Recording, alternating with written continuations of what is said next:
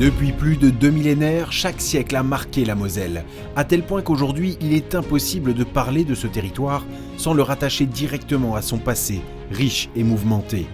Depuis plusieurs années, mon ambition est d'aller à la découverte de ces vestiges du passé mosellan, aux côtés de ceux qui participent à leur préservation. Historiens, conservateurs, experts ou passionnés, tous sont habités par une envie commune, lever le voile sur les secrets de notre histoire.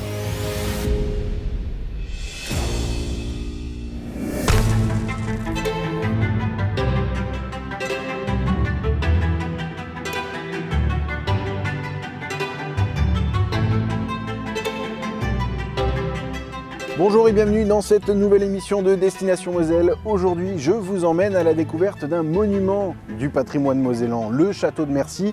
Vous êtes nombreux à vouloir le découvrir et c'est pour ça que nous avons organisé cette émission qui n'a pas été simple d'ailleurs. Tout de suite, je vais retrouver mon guide du jour, Emmanuel, et avec lui, nous allons revenir sur l'histoire de ce lieu, une histoire assez extraordinaire, vous allez voir. Vous êtes prêts? C'est parti!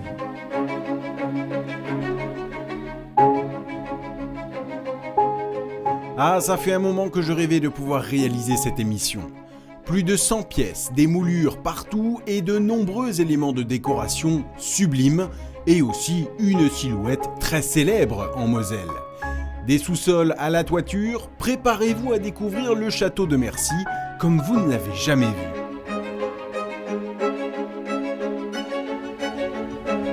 Magnifique!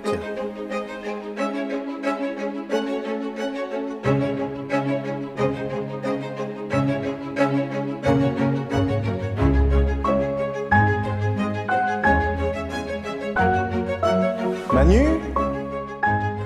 Ah bah, t'es là. Oui, salut Tim. Ça va? Ça va, ça va. Merci de nous accueillir ici au château de Mercy, un lieu incroyable. Ah, un lieu mythique, un symbole pour la Moselle, un symbole pour les Mosellans. Et qui surprend dès l'entrée, hein, ce couloir est magnifique. Oui, alors ici on est effectivement dans le couloir des 4 saisons. Donc il y a les 4 statues qui représentent chacun une saison. Là par exemple tu vois, tu as la mamie qui représente donc l'hiver. Ouais, qui ramène du bois, on le voit, un fagot de qui bois. ramène du bois. L'automne. Ouais, avec les feuilles. Un peu plus vraiment l'âge mûr, ça représente l'âge mûr, peut-être la 40-50aine. D'accord, donc c'est l'automne. Et ici tu as la jeune femme. Ouais, qui représente le printemps, j'imagine. Non. Non, là on a le printemps. Voilà, l'adolescence. Oui, l'adolescence, le oui, printemps. oui. Alors toutes ces statues sont signées de Jules Rispal. Rispal, d'accord. Alors il paraît, maintenant j'ai pas de preuves, on verra par rapport à la restauration du château, Ouais. il paraît qu'à l'origine elles étaient en polychrome. Ah, waouh! Alors, est-ce que ce sont les Canadiens qui sont amusés? Je ne sais pas. Ça serait quelque chose à vérifier. C'est pas sûr à 100%, mais j'ai eu un témoignage comme quoi il paraîtrait que ça sera polychrome. Oh, elles sont belles comme ça aussi. Elles sont très bien comme ça aussi, oui. Alors, elles se font très bien dans le décor avec toutes les... Ah bah oui, toutes les moulures partout, ces fausses colonnes. On est vraiment dans ce style néoclassique, il y a un peu de baroque aussi. Oui, il y a un mélange de tout. Tu retrouveras également un petit peu plus loin de l'art nouveau, il y a un mélange de toute époque. Et alors Manu, si on revenait sur l'histoire de ce château, parce que c'est presque un château de la résistance, si on peut dire. Alors quand est-ce qu'il naît et pourquoi? Alors effectivement, Maurice du Cotelosquet avait hérité de ce qu'on appelait à l'époque la terre et seigneurie de Mercy. Ouais. En 1855, qui lui était offert par sa grand-mère maternelle, qui était tout simplement Joséphine Fischer de Vandel. Tu connais Oui, bien. bien sûr, la famille de Vandel. Voilà, oui. exactement. Et lui, c'était donc le petit-fils. À cette époque, il y a déjà un château sur le domaine agricole de Mercy, mais il disparaît en septembre 1870 lors des combats de la guerre qui oppose la France à la Prusse. De cette époque de l'ancien château, il reste encore la chapelle, construite entre 1626 et 1627. Sur le mur extérieur, on peut observer ce magnifique portail néoclassique qui voit le jour lui aussi au XVIIe siècle, mais qui appartenait autrefois à la chapelle Sainte-Élisabeth de Metz, détruite en 1880. Il sera posé là à la fin du XIXe siècle. Très rarement ouverte au public, nous avons la chance de pouvoir filmer ces quelques images dans cette chapelle. Au début du XXe siècle, Maurice de Kwetlowski décide de faire construire un nouveau château, près de 35 ans après l'incendie qui détruisit l'ancienne bâtisse. Une décision qu'il prend alors que le Kaiser Guillaume II fait entreprendre de grandes transformations du territoire mosellan, devenu allemand depuis la fin de la guerre. Les villes de Moselle comme Thionville et Metz se germanisent à grands pas avec la construction de nouveaux quartiers à l'architecture typiquement allemande. Et pour Maurice de Kwetlowski, français au plus profond de son âme, c'est un crève-cœur. Alors quand un autre château se transforme, là, Maurice de Kwetlowski voit rouge, il décide de rentrer à sa façon en résistance avec l'architecte alsacien Henri Klein. Le château commence à être dessiné, Oui. C'est un acte de résistance par rapport à un autre château, le château de Landonvillers. Oui. Je ne sais plus le nom de la personne qui avait racheté à l'époque le château de Landonvillers. En tout cas, c'était un Allemand. Voilà, c'était un Allemand et il a voulu transformer le château, il a fait des agrandissements et c'était typiquement allemand, oui, l'architecture, tout était… Néo-roman rhénan. Oui, voilà, exactement. Et tout comme si tu prends la gare de Metz, tu prends Bien sûr. toutes les nouvelles constructions. C'est ça. C'était Que ce soit à vraiment… Thionville ou à Metz, Oui. la Moselle est en train de se germaniser d'un point de vue Voilà, architectural. exactement. Alors, ça a des bons points. C'est Oui. en train de se moderniser aussi. Bien L'insalubrité sûr, est en avec train le de recul, reculer. oui. Voilà. Mais Oui. pour autant, l'architecture n'est plus de l'architecture typiquement française, Non. comme on pouvait le voir avant. Exactement. Donc Maurice de Kwetlowski, malheureusement, on n'a pas vu le château s'élever puisqu'il est décédé en 1904. Donc la vicomtesse reprend le dossier. Elle garde bien sûr l'architecte. Hein. Bon, l'architecte, je veux dire, la vicomtesse, elle était juste là pour dire oui, non.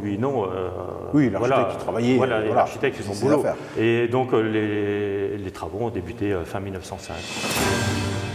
Le chantier est colossal. Le gros œuvre se termine en 1906 et la deuxième phase de travaux, les aménagements intérieurs, se poursuivent jusqu'en 1908. Néo-Renaissance, néoclassique, néo-baroque, l'éclectisme de l'ensemble est remarquable. Et la construction du château sur les hauteurs du domaine n'a pas échappé aux habitants des alentours. Ici, on est sur les hauteurs. De loin, ils voyaient tout doucement s'élever la nouvelle bâtisse. En plus, c'était un château blanc. Je veux dire, pierre de Savonnières, c'était une pierre assez blanche. Ouais. Donc, au fur et à mesure, ils voyaient le château s'élever. Et tous les week-ends, Ils venaient regarder où voilà, étaient ils pique-niquaient, parce que bon, il n'y a pas de bus, il n'y a pas de… Oui, et surtout, ici, c'était les jardins tout autour. Ah, mais il n'y avait rien, les champs. il n'y avait rien du tout. Très bien, alors là, voilà pour l'histoire, on va dire la grosse histoire du château. le basique, oui. Le basique, moi je te propose maintenant qu'on continue notre visite Oui. et qu'on continue d'en parler parce que vous allez voir, l'histoire du château, ensuite, elle change radicalement, notamment après les guerres. On y va ? On y va. Allez. On grimpe quelques marches, de marbre blanc s'il vous plaît, et tout de suite, le décor d'apparat nous en met plein la vue. Alors là, on arrive, c'est magnifique, hein, vraiment sur ce grand escalier. Et alors forcément, on voit tout de suite ces statues. Alors là, je reconnais Jeanne d'Arc. Hein. Oui, Jeanne d'Arc, oui, si on peut… Pourquoi Jeanne d'Arc Jeanne d'Arc, elle symbolisait, elle symbolisait le retour à la France Parce qu'elle a l'air de pleurer, elle implore. Oui, elle implore le retour à la France. Et alors là, je ne reconnais pas forcément, mais c'est du Guesclin. Hein. Du Guesclin, qui symbolise et qui représente la Bretagne, étant donné que Kwetlowski est d'origine bretonne. Ouais. D'ailleurs, Kwetlowski veut dire en français, veut dire bois brûlé. D'accord, Ouais. ok. Bon, ici, tout est en pierre, donc pour le coup. Oui, oui. Et alors, ce grand escalier, là hall d'honneur, encore, le hall d'honneur, là encore, hein, on est sur un style, on veut montrer la richesse, la puissance, mais on a presque l'impression que, encore une fois, le style français prévaut, regardez comme il est beau, en fait on est vraiment dans la finesse. Alors que dans l'architecture allemande, c'est quand même très imposant, néo-roman rhénan, c'est très médiéval presque, hein, cet aspect moyenâgeux, château fort, quoi, qu'on n'a pas du tout ici. Bien sûr, oui.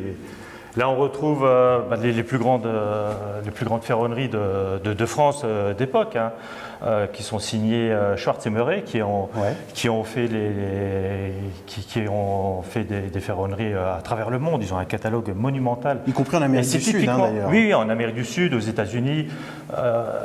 Et c'est une commande qui a été faite tout spécialement pour le château. On retrouve dans le catalogue de la société, on retrouve Les ferronneries là. les ferronneries là qui sont cataloguées, oui. D'accord. Comme référence par rapport à leur entreprise. Donc elles ont marqué l'histoire de cette grande Elles ont bien entreprise marqué, française. oui. On continue encore un peu, il y a encore plein de choses à voir. J'ai l'impression qu'il y a des détails partout, hein, quand on voit là ces décorations, même sur les portes. Rien n'est laissé au hasard. Hein. Rien, c'est vraiment une bibliothèque ouverte. Il y a de tout. Suivant les étages, il y a des étages où il y aura un peu plus de floral, un peu plus de fruits. D'autres étages, il y aura un peu plus de figures, des anges. Plus on monte, plus les décors changent. D'accord.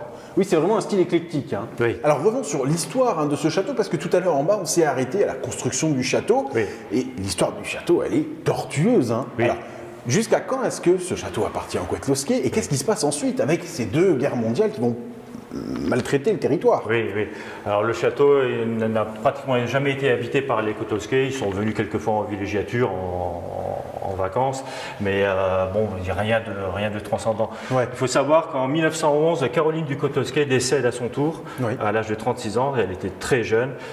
C'est pas à partir de ce moment-là, la vicomtesse, je veux dire, elle vivait un peu plus reclus à Rambervillers. Hein. Donc le château était régi par des abbés, enfin par ses régisseurs, ces hommes de main, comme on dit. Et donc voilà. Première guerre mondiale arrive, hein, le château est séquestré bien sûr par les Allemands. Comme donc, tous les grands patrimoines. Hein, voilà, étant donné qu'à 150 mètres de vol d'oiseau, il y a eu la construction entre-temps du fort de Mercy, donc les bureaux des Allemands se trouvaient ici. Okay. Donc en 1925, à ce moment-là, le château fut vendu à la famille Schneider-Moll. D'accord. Voilà. Et alors après, le château devient, à la Seconde Guerre mondiale... Alors le château était parti dans les domaines. Oui. En 1938, donc avant la Seconde Guerre mondiale. Et ensuite, lorsqu'il y a eu donc, la Deuxième Guerre mondiale, l'occupation, bien sûr, le château a été transformé en hôpital militaire. Par qui? Les Allemands? Par les Allemands. Il y avait une croix sur les escaliers des descentes pour dire voilà, ici c'est un hôpital, ne bombardez pas, ainsi de suite. D'accord. Et alors après cette Seconde Guerre mondiale, l'histoire du château ne s'arrête pas là, puisqu'alors là, ce sont carrément des Canadiens qui viennent investir le château. Pas tout de suite. Ah, pas tout de suite. Bon, le château est libéré comme Metz, donc en novembre 1944 par les Américains. Ouais. Il y a eu quelques petits combats, il y a des traces sur les façades. Alors justement, ça, je voulais te poser la question. Tous ces impacts qu'on voit, qu'est-ce que c'est, de quand est-ce qu'ils datent? Raconte-nous un peu, c'est plus qu'une anecdote. Ça date de novembre, hein, de toute façon, en novembre 1944, lorsque les Américains ont débarqué. Ils ont fait beaucoup de mal au château. Bon, heureusement, il n'a pas été détruit comme certains. Comme Frescati. Comme Frescati. Il y a eu pas mal de dégâts quand même. Ils ne sont pas restés très longtemps, ils sont restés 6 mois. Et ensuite, le château est revenu en possession de l'armée française. D'accord. Et ensuite, il y a l'OTAN. L'OTAN arrive, l'OTAN débarque. Alors l'OTAN, en 1952, ils ont fait un premier repérage. Ils avaient demandé aux autorités françaises s'ils n'avaient pas un bâtiment, parce qu'à cette époque-là, il y avait Gros Tanquin en construction, ou pratiquement fini, Marville, et également une base canadienne du côté d'Allemagne. Donc ça faisait 3 bases. Et eux, ils étaient cantonnés dans l'ambassade du Canada à Paris. Donc c'était beaucoup trop petit. Il leur fallait vraiment de quoi s'installer pour avoir leur quartier général. Et ils ont choisi le château de Mercy. Ils sont venus le visiter en 1952, au mois d'août, et ensuite prendre le temps de faire les papiers, et à ce moment-là, à partir de avril, il me semble que c'est avril, en 1953, donc ils ont pris possession du château, et c'est là qu'ils ont fait toute la transformation du domaine afin de créer leur PIEX, leur cinéma, leur dortoir, toute la... Alors, transformation du domaine, transformation du château, du domaine également, des sous-sols qui étaient la partie sécurisée du château. Hein. Ah, les sous-sols, les sous-sols, c'était, il fallait avoir un pass spécial. Peu de personnes étaient habilitées. Oui, peu de personnes. C'était des équipes, je ne sais plus si c'était 3 ou 4 personnes qui se relayaient 24 heures sur 24.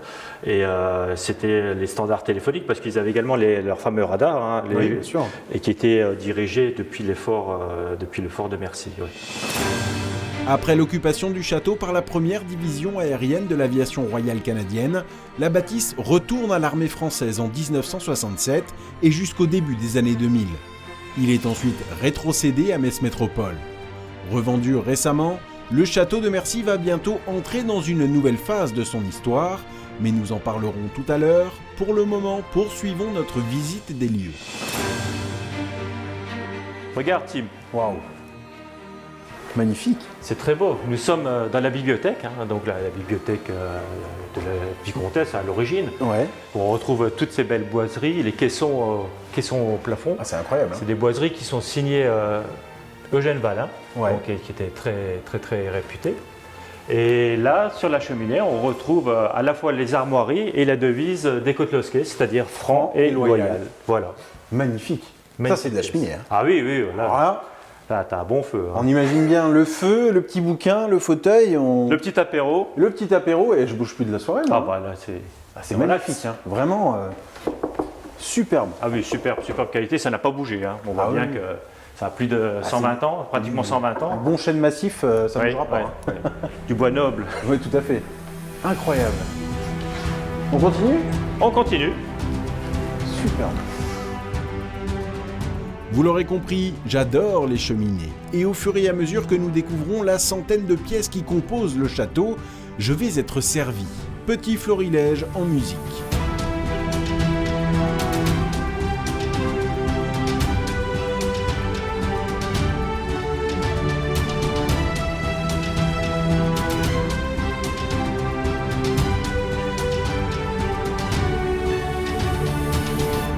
Et dans une pièce, on retrouve même quelques articles de journaux allemands datant de 1942, en pleine occupation allemande. Direction ensuite les sous-sols du château, qui ont l'air bien tranquilles aujourd'hui, mais qui furent transformés pendant plus d'une dizaine d'années en zone ultra sécurisée de l'OTAN. On vient de découvrir la quasi-totalité du château, mais il me reste encore une pièce à découvrir avec Emmanuel, et comme pour l'ensemble de la bâtisse, elle est loin d'être banale. Waouh. Encore une pièce magnifique. Hein. T'as vu ça un peu? Ah Très ouais. belle pièce. Hein. Alors cette pièce, c'est l'ancienne salle de réception. Hein. Salle de réception, salle de banquet, salle de danse. Elle a tout vu. Elle a tout fait, tout fait. Très bien, bah c'est ici qu'on termine cette visite. Merci beaucoup Emmanuel. Merci, Manu, Tim. pour cette visite, c'était passionnant. Hein. Vraiment, l'histoire du château de Mercy, bah, il y a vraiment beaucoup de choses à connaître finalement. Oh là là, c'est pas fini. Justement, c'est pas fini, bah, c'est parfait pour la transition puisqu'il faut savoir que le château de Mercy va continuer de s'inscrire dans l'histoire mosellane et va être réhabilité en logement de très haut standing si on peut dire. Et je vais justement aller rejoindre Son qui va nous en parler. Le projet de réhabilitation du château va permettre de lui donner un nouveau souffle. Si les étages vont être transformés en logements, les grandes pièces du rez-de-chaussée comme celle que nous venons de découvrir, mais aussi le salon blanc, ancienne salle de musique, et le superbe couloir des 4 saisons seront quant à eux toujours accessibles au public. En effet, ces lieux incroyables vont accueillir des établissements de restauration. Une volonté forte clairement établie entre Wynn Patrimoine, le propriétaire des lieux, et les élus qui ont planché sur le projet. Allez, nous allons maintenant aborder les étages supérieurs avec Son, venu spécialement de Paris, spécialisé dans l'immobilier ancien et restauré. Salut Son. Salut Tim. Donc c'est grâce à toi en partie que ce château de Mercy va continuer de vivre et se transformer en appartement finalement, en habitat. Ouais, tout à fait, exactement. Alors grâce à moi, c'est grâce à toute une équipe, je suis pas tout seul, hein. Il y a tout un staff avec moi, mais oui, effectivement, nous on s'est donné le pari fou. Alors ça fait 5 ans que je connais ce bâtiment, je l'ai visité en 2017. Ouais. Et ouais, on s'est donné le pari fou de le remettre en habitation, c'est-à-dire qu'aujourd'hui c'est de l'activité, du bureau, ce qu'on veut, mais c'est vrai que l'objectif pour nous c'est d'aménager, enfin de restaurer le bâtiment et d'aménager du logement. On va faire 27 logements, donc on commence par le rez-de-chaussée où on a un petit logement dans la partie basse, et puis après par contre on attaque sur le premier, deuxième étage et également dans le dernier niveau de comble. Ouais. Où là on va retrouver des logements également puisqu'on a fait des petits aménagements de façade. Le pari c'était sur ce bâtiment qui est remarquable, hein. On peut pas nier, il est Magnifique, vraiment- il est ouais, magnifique, oui, ouais. vraiment. Hein. Moi première fois que je l'ai vu, je me dis waouh, il y a un truc à faire là. Et ouais, c'est de redonner en fait un caractère habitable contemporain, c'est-à-dire trouver des logements adaptés à la demande locale, hein, parce qu'il faut bien qu'il y ait des gens qui y habitent. Bien Il sûr. n'y a plus de châtelains, c'est fini ça. Alors on a de la chance en fait sur ce bâtiment-là, il a été construit, sûrement vous avez eu l'explication, mais début 20e, ce qui fait que c'est vrai qu'ils avaient moins la folie des grandeurs, sauf peut-être au rez-de-chaussée où on retrouve des grands salons de réception. Tout à fait, ouais. Et par contre, quand tu vas dans les étages, en fait, tu trouves des pièces quand même plus plus abordable en termes de taille. C'est un bâtiment qui a été protégé en 2019 et donc on a des prescriptions assez drastiques au niveau de la DRAC et de l'ABF par rapport aux aménagements. Donc on ne doit pas changer. En fait, on a le droit de rien changer. C'est-à-dire grosso modo, on doit faire avec l'existant. Voilà, c'est la question que je voulais te poser. Est-ce que c'est pas compliqué de créer des habitations assez modernes dans de l'ancien sans rien toucher? Alors, c'est pas que c'est pas compliqué, c'est très compliqué. C'est ça le truc, tu vois. En fait, c'est super compliqué parce qu'effectivement, tu ne dois pas déstructurer le bâtiment. Ils veulent pas qu'on décloisonne, qu'on recloisonne à outrance. Donc en fait, l'idée c'était de prendre les plans. Alors il y a eu un gros travail en termes de maîtrise d'œuvre. Maîtrise d'œuvre, c'est avec les architectes. Donc on travaille avec un architecte du patrimoine sur le dossier. Ouais. L'idée c'est d'aménager dans les espaces existants et en conservant donc les circulations du logement. Donc on fait 27 logements et on aménage aussi des places de parking sur l'extérieur. Et donc on a eu aussi des demandes, on a eu des échanges avec la ville de faire du logement qui est adapté à la demande. C'est-à-dire qu'on va trouver du T1, du T2 et puis du T3. Donc finalement, pour tout le monde, voilà, pour que tout le monde puisse y habiter. Et puis, alors après, je peux peut-être te détailler un petit peu, mais si tu veux, en fait, l'enveloppe, il y a eu des remaniements un petit peu au niveau de la toiture. Si tu regardes un peu les cartes postales anciennes, même au niveau de la façade, il y a eu la guerre. Si tu regardes sur les façades, tu vois encore les impacts des différentes explosions qu'il y a pu avoir. Alors nous, le truc, c'est qu'on a l'habitude de travailler sur des bâtiments anciens, et puis sur notre parti pris qui a été partagé avec la DRAC, c'est de se dire, ok, le bâtiment, il a plus de 100 ans. On ne va pas le restituer comme si on était au XXe siècle. On se dit ok, on conserve le bâtiment et puis on montre aux gens, aux futurs habitants, les marques du temps. Donc on va conserver en fait en façade. On nettoie. Là on voit effectivement que c'est un peu vieilli. T'as de l'humidité, etc. T'as les écoulements qui ont fait des traces partout. Donc on va nettoyer, on va déjà nettoyer, rejointailler derrière. Mais l'idée c'est qu'on ne va pas restituer et donc on conservera, tu vois, tous ces détails un peu. La mémoire de la exactement. bâtisse. C'est vraiment important pour nous et puis pour l'avenir, quoi. C'est le principe du monument historique où effectivement on se doit de partager le patrimoine du bâtiment et puis l'histoire du bâtiment. Super, merci beaucoup Son de nous avoir détaillé un petit peu le futur, l'avenir de ce château qui a déjà un passé incroyable. Merci. De rien, salut Tim. Salut. Ciao. Passé, présent, futur, grâce à Emmanuel et à Son, le château de Mercy se dévoile un peu plus. Il nous livre toute cette histoire et ses projets qui le caractérisent. Cette sublime construction de pierre blanche a vécu une véritable épopée entre les guerres et ses différentes affectations au fil de son existence. Désormais, après la phase de travaux qui débute dans quelques semaines, ce château de Mercy va devenir un lieu de résidence exceptionnel.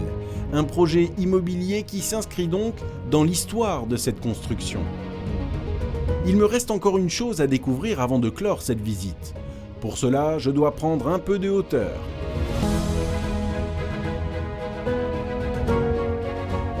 Tout en haut du bâtiment, je croise les anciennes chambres de bonne situées dans les combles.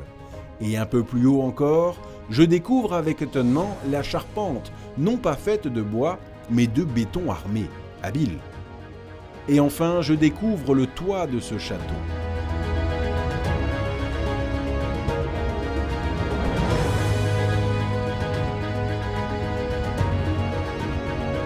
D'ici, je peux voir un panorama étonnant.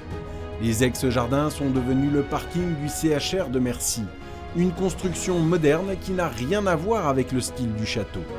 Ce contraste architectural qui surprend aujourd'hui deviendra sans doute plus tard le reflet de deux époques bien distinctes qui se côtoient. Et oui, c'est avant tout cela l'histoire, un récit qui ne s'arrête jamais.